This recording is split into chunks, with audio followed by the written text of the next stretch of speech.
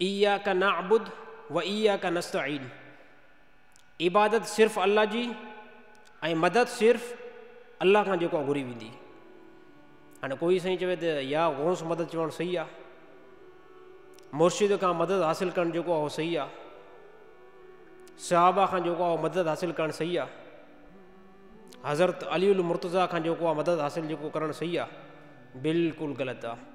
जॾहिं एॾो साफ़ अल्फाज़नि में अलाह ताला सम्झायो त इय्याका नअबुद व इय्याका नस्तईन, असां इक़रार था कयूं अल्लाह ताला सां हिकिड़ो, अल्लाह ताला सां नमाज़ जे अंदरि असां साफ़ इक़रार था कयूं त इय्याका नअबुद व इय्याका नस्तईन, या अल्लाह तुंहिंजी इबादत कंदासीं, तोखां ई मदद हासिल कंदासीं।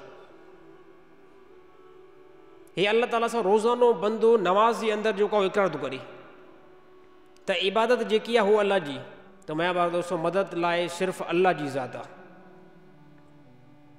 इहो ई जेको आहे ज़हन अल्लाह जे नबी अकरम सल्लल्लाहु अलैहि वसल्लम बणायो। बाज़ माण्हू चवंदा साईं साहबा खां मदद हासिल करणु जाइज़ आहे, हज़रत अली उल मुर्तज़ा खां जेको मदद हासिल कई वञे, छाजे करे ख़ैबर जे मौक़े ते अल्लाह जे नबी अकरम सल्लल्लाहु अलैहि वसल्लम जेको हज़रत अली साईं खां मदद घुरी आहे।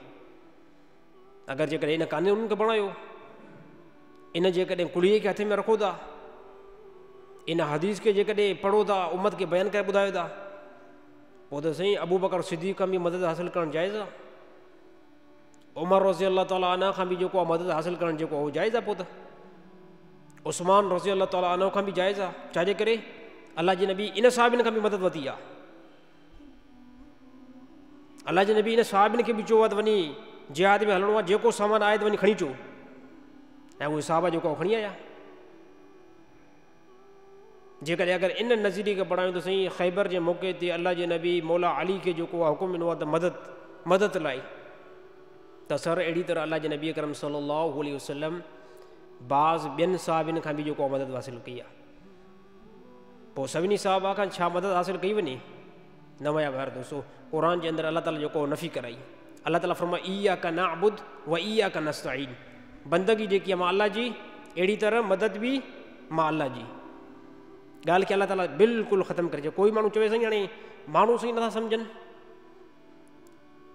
हे साफ़ अल्फाज़नि में अल्लाह ताला नस जेको आहे फरमायो आहे साईं, तभी माण्हू जेको आहे अल्लाह खां सवाइ ॿियनि जी मदद हासिल कनि था। साईं कंहिं इंसान जा मुकलिफ़ असां इंसान न आहियूं, नथा हिकिड़ा सम्झंदा उनखे छा कंदासीं?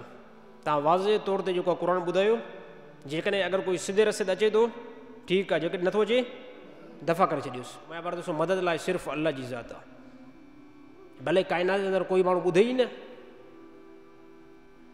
भले माण्हू जेको आहे गैरुल्लाह खां मदद हासिल करे, छा अल्लाह जे क़ुर खे को जेको आहे नुक़सानु पहुचंदो? छा नबी सल्लल्लाहु अलैहि वसल्लम शरीयत खे को नुक़सानु? कंहिंखे को नुक़सानु न थींदो, उन बंदे खे ई जेको आहे नुक़सानु थींदो जेको अल्लाह खां तालुक़ कटे करे गैरुल्लाह खां जेको आहे मदद हासिल करे, गैरुल्लाह खां मदद हासिल करे, बिल्कुलु क़ुर जे जेको आहे ख़िलाफ़ु आहे। मुसीबत में जॾहिं बि असां ईंदा आहियूं त असांजी मदद जेकी आहे उहा अल्लाह कंदो आहे। असांखे परेशानी खां कढण वारी ज़ात अल्लाह जी आहे साईं,